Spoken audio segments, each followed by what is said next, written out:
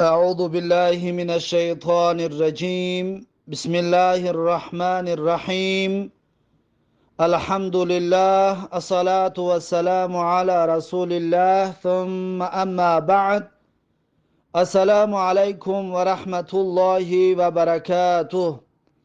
امام نووی رحمه الله در کتاب ریاض الصالحینش میگوید باب فضل حلق الذكر والندب إلى ملازمتها والنهي عن مفارقتها لغیر عذر، یعنی باب در مسئله فضیلت حلقه های ذکری و همچنین مستحب بودن، لازم گرفتن و پایبند بودن به حلقه های ذکر و باز داشتن از جدا شدن بدون عذر، یعنی که کسی از حلقه های ذکر بدون عذر جدا شود، ترک حلقه ذکر بکند، پیغمبر صلی الله علیه و سلم باز داشتگی است یا که در شریعت نهی شدگی است، منع شدگی است که انسان حلقه ذکر را به عذر ترک بکند. پس امام نووی رحمه الله در زیر این باب یک حدیث، یک آیت و چند حدیث برای ما و شما تقدیم و پیشنهاد میگرداند. اولین آیت یا یک آیتی که میارد میگوید قال الله تعالی، الله جل جلاله گفته است در سوره کهف آیت 28. الله سبحانه و تعالی میگوید واصبر نفسك مع الذين يدعون ربهم بالغداة والعشي يريدون وجهه ولا تعد عيناك عنهم. الله جل جلاله میگوید واصبر نفسك، یعنی نگه بدار خودت را، مع الذين يدعون ربهم، همراهی آن کسانی که عبادت میکنن، پرستیش میکنن پروردگارشان را، بالغدات والعشی، یعنی در سحر و بیگه یاد الله جل جلاله را میکند. پس الله جل جلاله میگه واصبر، خودت را نگه بدار، همراه همون طایفه مردم رفت آمد بکن، همراه همون طایفه انسانهای همنشین باش که سحر و بیگه یاد الله را میکنن. یریدون وجهه، با این حلقه های ذکر و با این جمع شدنشان آنها فقط رازگی الله را میخواهند، یعنی جمع شوند برای ذکر الله فقط و فقط برای رازگی الله جل جلاله. ولا تعد عیناک عنهم، الله جل جلاله میگوید که بر نگردان دو چشمت را از آنها، یعنی که با آنها یک جا باش، با آنها هم نشین باش، با آنها رفت آمد بکن. در دوام آیت الله جل جلاله میگوید ولا تطع من اغفلنا قلبه عن ذکرنا، الله سبحانه و تعالی میگوید اطاعت نکن کسانی را که غافل گردانیدیم ما قلب اونها را از ذکرمان. قلب اون کسانی که ذکر الله ندارد با اونها هم نشین نباش، با اونها در یک جا ننشین، با اونها یک جا نباش. و تبع هواه، و اون انسان هایی که یاد الله را نمی کنن اونها هوا و هوسشون پیروی کردن. و کان امره فرطا، و هست امر این طور انسان فرود، امر این طور انسان فرود است. فرود یعنی چی؟ یعنی که کارهای بیهوده کننده و زیاده روی و تباهکار هستند این مردمی که ذکر الله را نمی کنند، هر لحظه خودشون را به بیهودگی گذرانده ایستاده است که الله میگه ولا تطع من اغفلنا قلبه، همراه اونها ننشین، همراه اونها را اطاعت نکن، اون کسانی که یاد الله را نمی کند. پس این آیت ما و شما را تشویق میکناند که با کسان دوستی بکنیم، با کسان همنشینی بکنیم، با کسان رفت آمد بکنیم که اونها یاد الله دارن، اونها الله را ذکر میکنن، یاد میکنن و همیشه با یاد الله هستن، با اونها ما باید همنشین باشیم. و این آیت ما و شما را تشویق میکناند که از کسانی که یاد الله ندارند و الله را همیشه یاد نمی کنند و اون کسانی که غفلت و در غفلت ماندگی هستند، از اونها ما باید دور باشیم، با اونها هم نشینی نکنیم. این آیت ما و شما را به این تشویق میکناند. پس این بود یک آیتی که امام نووی رحمه الله در باره فضل حلقه های ذکر آورده است. بعد از این حدیث را میارد. حدیث اول این باب حدیث 1446 کتاب ریاض الصالحین هست و حدیث بسیار حدیث طولانی هست. میگوید که امام نووی رحمه الله در زیر حدیث 1446 کتاب ریاض الصالحینش میگوید و عن ابی هریره رضی الله عنه قال، یعنی از ابو هریره رضی الله عنه روایت است که گفت قال رسول الله صلی الله علیه و سلم، حضرت ابو هریره میگوید که رسول الله صلی الله علیه و سلم فرمودند ان لله تعالی ملائکة یطوفون فی الطرق یلتمسون اهل الذکر. میگوید هر آینه الله جل جلاله ملائکه های دارد، یطوفون فی الطرق، اون ملائکه ها میگردند و در گردش هستند، در راه ها، راه به راه، کوچه به کوچه، خانه به خانه میگردند اون ملائکه ها. یلتمسون اهل ذکری، اون ملائکه ها جستجو میکنن اهل ذکر را، اون کسانی که با یادی الله هستند، اون کسانی که ذکر الله را میکنند، اونها را میگه این ملائکه ها جستجو میکنن، کافتکاب میکنن، خانه به خانه، دهه به دهه، کوچه به کوچه. این ملائکه هایی که میگه الله سبحانه و تعالی اونها را وظیفه دار کرده است که تا مردم را جستجو میکنن.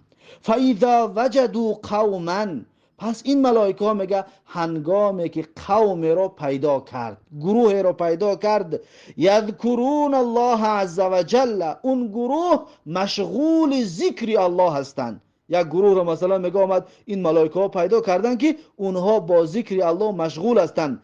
تنادوا، این ملائکه ها یکدیگر را فریاد میکنن، یکدیگر را ندا میکنن، میگویند که هلموا الی حاجتکم، میگویند که بیایید به حاجتتان، به آن چیزی که نیاز داشتید، به آن چیزی که وظیفه‌تان هست، به آن چیزی که شما از دنبالش بودید، حلقه ذکر. پس میگویند بیایید، یکدیگر را فریاد میکنن. میگه همه ملائکه فیحفونهم باجنحتهم الی السماء الدنیا، پس میگه احاطه میکنن اونها را ملائکه ها با بالهایشان تا آسمان دنیا. چنان ملائکه زیاد میآید، چنان ملائکه در اطراف اونها جمع می شود، اونها را احاطه میکنن. میگن حتی تا آسمان میرود، میرسد این احاطه کردن و این جمع شدن ملائکه ها.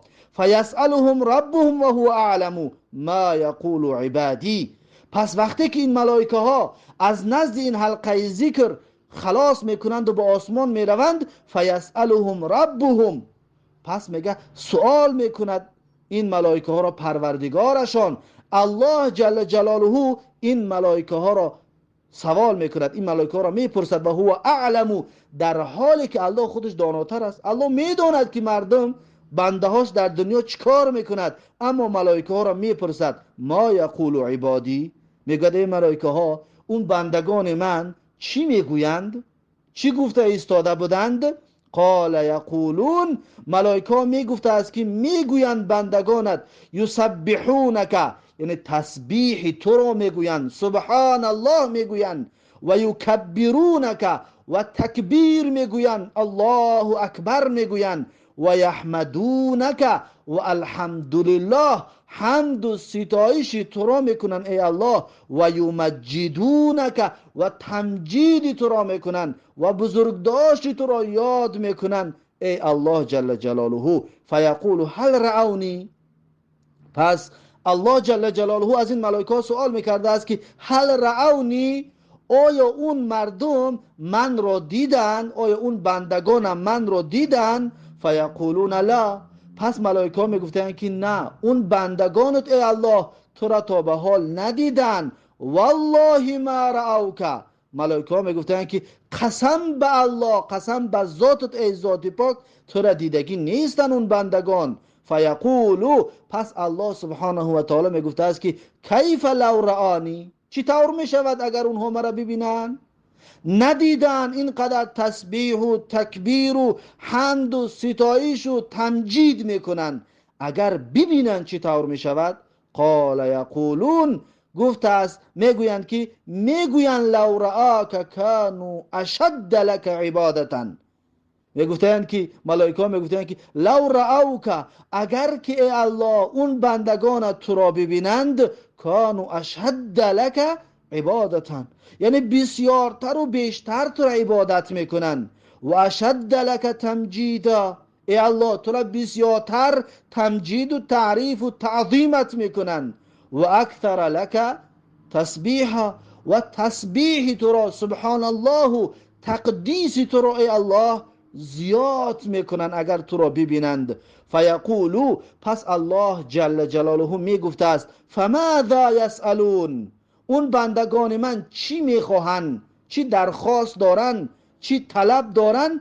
قال یقولون، میگوید که میگویند ملائکه ها که یسألونک الجنت، ای الله جل جلاله اون بندگانت از تو جنت میخواهند، از تو ای الله جنت پرناز و نعمت رو میخواهند. قال یقول و هل رأوها، پس میگه الله جل جلاله سوال میکرده است از اینها که هل رأوها، آیا جنت رو دیدن این بندگان من؟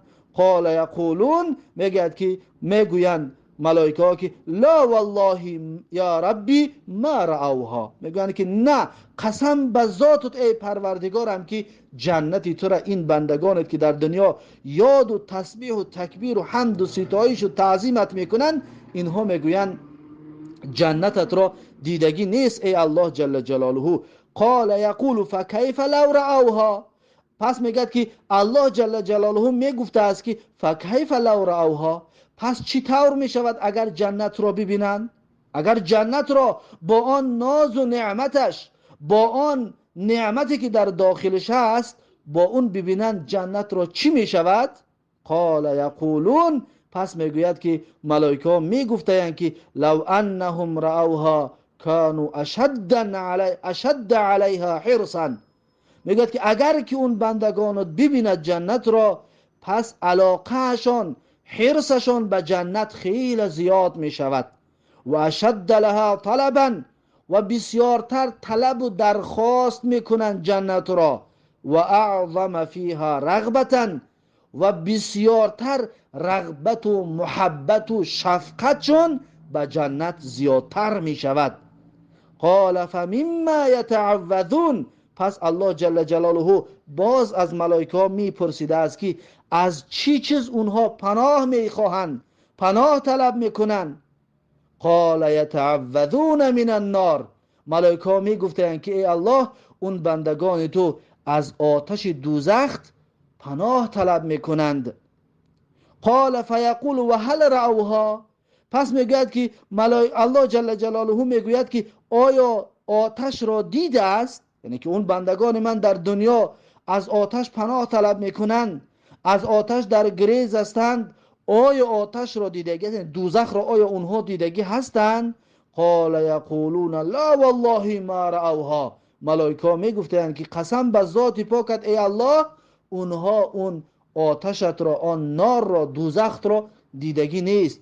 فیقول کیف لو رأوها، الله جل جلاله میگفته است که اگر ببینه چی طور میشود، اگر میدیدن چی طور میشد؟ یعنی ندیدند، از آتش پناه طلب میکنند، از آتش در گریز هستند، از دوزخ پناه میجویند، اگر که دوزخ رو میدیدن چیکار میکردن؟ قال یقولون، میگوید که ملائکه ها جواب میدادند که لو رأوها کانوا اشد منها فرارا، اگر که دوزخ رو میدیدن پس زیادتر از دوزخ دوری میجستن، فرار میکردن، در گریز میشیدن از این دم زیادتر از دوزخ. و اشد لها مخافتا، و باز ترسشون میگه از دوزخ زیادتر میشید اگر که دوزخ را میدیدند.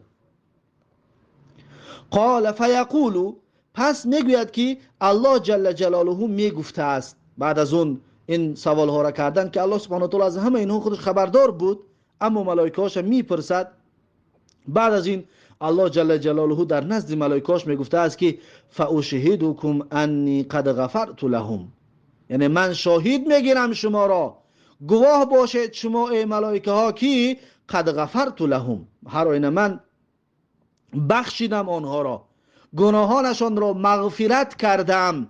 قال یقول ملک من الملائکه، میگوید که ملائکه از ملائکه ها میگفته است، از بین ملائکه ها کدام ملائکه میگفته است که فیهم فلان لیس منهم انما جاء لحاجه، میگفته است در بین این گروهی که ذکر تو را میکرد ای الله، یادی تو را میکرد، تسبیح تو را میگفت، فلان شخص است، نامی همون شخص رو میگرفته است که ای الله در بین اینها فلان انسانی است که لیس منهم، او از این طایفه نیست، او یعنی اون همیشه یاد الله را نمی کند، انما جاء لحاجتین، او هر آینه آمده است در اینجا برای ضرورت کاری داشت، در بین اینها آمدگی است.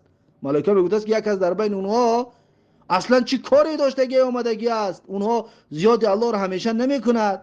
الله جل جلاله قال، الله سبحانه و تعالی می گفته است که هم الجلساء، اونها هم نشین هستند با یکدیگر، لا یشقا بهم جلیسهم، پس بدبخت نمی شود به سبب هم نشینی کردن جلیسهم، یعنی که هم نشینان این انسان های صالح، یعنی بے نصیب نمیماند به سببی با انسانهای صالح نشستنشان.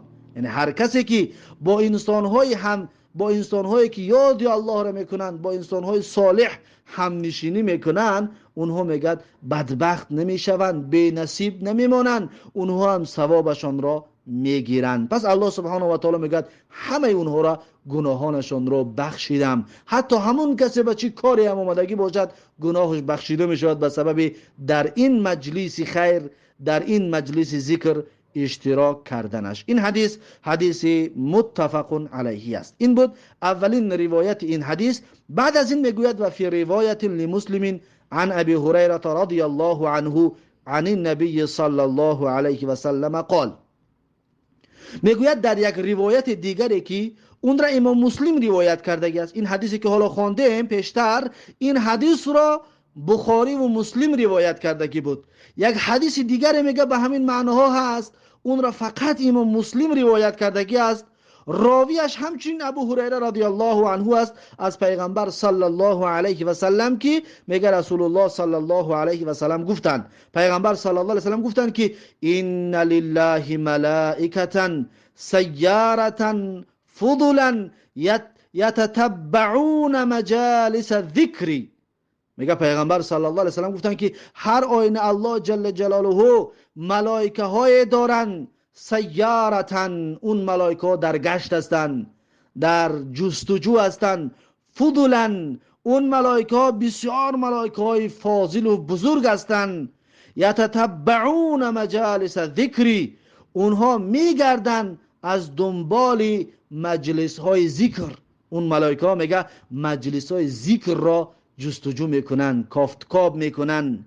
فاذا وجدوا مجلسا فیه ذکر، پس میگه هنگامی که پیدا کردن مجلس را، جمعیت را پیدا کردن که فیه ذکر، در اون جمعیت ذکر الله رفته ایستاده است، در اون جمعیت با ذکر الله مشغول هستند، قعدوا معهم، میگه این ملائکه های در گشت بوده بزرگ همه اینها میگه می نشینن همراه اون قومی که یاد الله رو میکنن.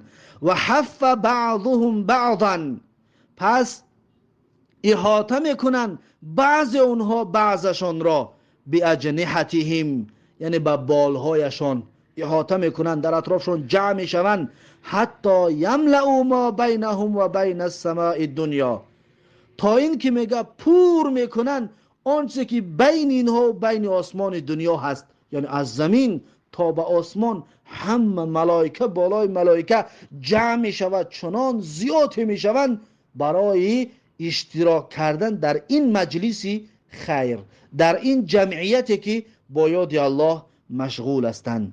فاذا تفرقوا، پس هنگامی که پراکنده شدن، اکنون ذکر به آخر رسید و ذکر را به آخر رساندن، هر که به خانه هاشان رفتن، عرجو، میگه این ملائکه ها عروج میکنند به طرف آسمان و سعیدو الی السماء، با آسمان میبرایند، میروند آسمان میروند. فیسألهم الله عز وجل و هو اعلم من این جئتم. پس میگه میپرسد الله سبحانه و تعالی در حالی که الله داناتر است. الله میداند که اینها از کجا آمده ایستادند. من این جئتم، ملائکه را میگفته است که از کجا آمدید، از کجا آمده ایستادید. فیقولون، ملائکه جواب میدادند که جئنا من عند عباد لك فی الارض، میگفتند که آمدیم از نزد بندگانت که در زمین هستند، از نزد آن بندگانت که در بالای زمین هستند. میگویند که ما از نزد اونها آمدیم. یسبحونک، اون بندگانت میگه تسبیح تو را میگویند، سبحان الله سبحان الله میگویند. و یکبرونک، اون بندگان تو تکبیر میگویند، الله اکبر الله اکبر میگویند. و یهللونک، اون بندگان تو لا اله الا الله میگویند. و یحمدونک، و اون بندگان تو حمد و ستایش تو را میکنند ای الله جل جلاله. و یسألونک، و اون بندگانت ای الله از تو درخواست میکنند، از تو میپرسند. قال و ماذا یسألونی، الله جل جلاله میگفته است که چی میپرسند من را، از من چی میخواهند اون بندگان صالحم. قالو، ملائکه ها جواب میدادند که یسألونک جنتک، از تو ای الله جل جلاله اون بندگان صالح جنتت را میخواهند، از تو جنت میخواهند. قال و هل رأوا جنتی، الله جل جلاله میگفته است که آیا اون بندگان من جنتم را دیدگی هست؟ قالوا لا ای ربی، ملائکه ها میگفتند که نه ای پروردگارم، ای ربم، ای پروردگارم، اون ملائکه ها دیدگی، اون انسان ها جنتت را دیدگی نیستن. قسم میخوردن که ای ربی، ای پروردگارم، قسم به ذاتت که اون بندگان صالحت جنت تو را دیدگی نیستن. قال فکیف لو رأوا جنتی، پس الله جل جلاله میگفته است که پس چگونه میشود اگر جنت من را میدیدن، جنت را ندیدن، جنت میخواهند، تسبیح و تکبیر و حمد و ستایش و تعظیم و تمجید الله را میکنند. اگر جنت را میدیدن چیکار میکردن؟ قالوا و یستجیرونک، پس میگفتند ملائکه ها که و یستجیرونک، یعنی که از تو امان میخواهند ای الله جل جلاله. اون ملائکه ها، اون انسان ها در دنیا، اون انسان های صالح در دنیا از تو امان میخواهند که در امان و نگهشان بداری، حفظشان کنی. قال و مما یستجیرونی، پس الله جل جلاله میگفته است که و مما یستجیرونی، یعنی از چی چیز امان میخواهند از من، یعنی از چی پناهشان بدیم، از چی حفظشان کنم، نگهشان بدارم. قالوا من نارک یا رب، پس میگفتند که ای الله از آتش دوزخت اونها پناه میخواهند، امان میخواهند که به آتش دوزخت اونها رو نزدیک نکنی. قال، الله جل جلاله میگفته است که و هل رأوا ناری، آیا اونها آتش من را دیدگی هستند؟ آیا دوزخ را که پر از الم و درد و دهشت و عذاب است، آیا اونها این عذاب را دیدگی هستند، این آتش را دیدگی هستند؟ قالوا لا، ملائکه ها میگفتند که ای الله نه، اونها آتش را، دوزخ را دیدگی نیستند. قال فکیف لو رأوا ناری، الله جل جلاله میگفته است که پس چگونه میشوند اگر که آتش را میدیدند، اگر آتش را میدیدند چی میگفتند؟ قالوا، اکنون الله ملائکه ها میگفتند که و یستغفرونک، یعنی از تو آمرزش میخواهند، طلب بخشیش میکردند. فیقولوا قد غفرت لهم، پس الله جل جلاله میگفته است که من واقعا بخشیدم این بندگان صالحم را که در حلقه های ذکر می نشینند و یاد من را میکنند. الله جل جلاله میگفته است که قد غفرت لهم، من اینها را بخشیدم. و اعطیتهم ما سألوا، الله جل جلاله میگفته است که دادم برای اونها آن چیزی را که اونها میخواستند. آن چیزی را که درخواست کردن، آن چیزی را طلب کردن، آن چیزی را امید کردن، الله جل جلاله میگوید من طلب و آرزو و امیدشان را براشان دادم. و اجرتهم مما استجاروا. الله جل جلاله میگفته است که و امان دادم من آنها را از آن چیزی که امان میخواستند، یعنی از آتش دوزخ اونها امان میخواستند، پس من اونها را امان دادم، حفظشان کردم که داخل آتش دوزخ نمیشوند. قال فیقولون، میگوید که پس ملائکه ها میگفتند که ربی فیهم فلانون، میگفتند که پروردگارم در بین اونها یک فلانی است، نام همون انسان را میگفت است که در بین اونها فلان انسان است، عبد خطاون، میگفت است که ای الله اون همون فلانی بنده بسیار خطاکار است، بنده بسیار گناهگار است. انما مر فجلس معه، هر فقط او میخواست بگذرد به نزد این مجلس، اما نشست میگه همراهشان. یعنی در بین اونها یک انسانی است که باید به پیشون میگذشت، اما مجلس را دید میگه شیش در نزد اینها، میگه اون انسان بسیار انسان خطاکار است، بسیار انسان گناهگار است. فیقولو، الله جل جلاله در جواب سخن این ملائکه میگفته است که ولهو غفرتو، همون انسان را هم میگوید من بخشیدمش، به خاطر اشتراک کردن در مجلس خیر الله میگفته است که من همون را هم بخشیدم. هم القوم، الله جل جلاله میگفته است که این طایفه مردم قومی هستند، گروهی هستند، جماعتی هستند که لا یشقا بهم جلیسهم، یعنی که بدبخت نمی شود به سبب همنشینیشان همنشینان این انسانهای صالح. یعنی هر کسی که گناهگارم باشد، هر کسی که سرکش و پر از گناه و معصیت باشد، وقتی می آید در مجلس خیر می نشیند، در مجلس ذکر می نشیند، در مجلس یاد الله، در مجلسی که یاد الله می شود، تعظیم و تمجید الله می شود، در این مجلس وقتی که می آید و می نشیند، الله جل جلاله می گفته است که به سبب همنشینیشان اونها هم بی نصیب نمی مانند. الله می گفته است اونها را من بخشیدم. الله اکبر. ببینید فضیلتی همنشینی در مجلس های نیکو، در مجلس هایی که یاد و ذکر الله جل جلاله می شود. پس این بود حدیثی 1446 کتاب ریاض الصالحین که دو حدیث طولانی در زیر این حدیث امام نووی رحمه الله آورده است درباره فضیلت ذکر، درباره فضیلت گروه و قومی که یاد الله جل جلاله را میکنند. بعد از این حدیث 1447 کتاب ریاض الصالحین، این حدیث 1447 کتاب ریاض الصالحین را ان شاء الله درس آینده خواهیم گرفت و درس امروزه را در همین جا به پایان میرسانم تا درس آینده. الله حافظ و مددگار. بارک الله فیکم و جزاکم الله خیرا و السلام علیکم و رحمت الله و برکاته.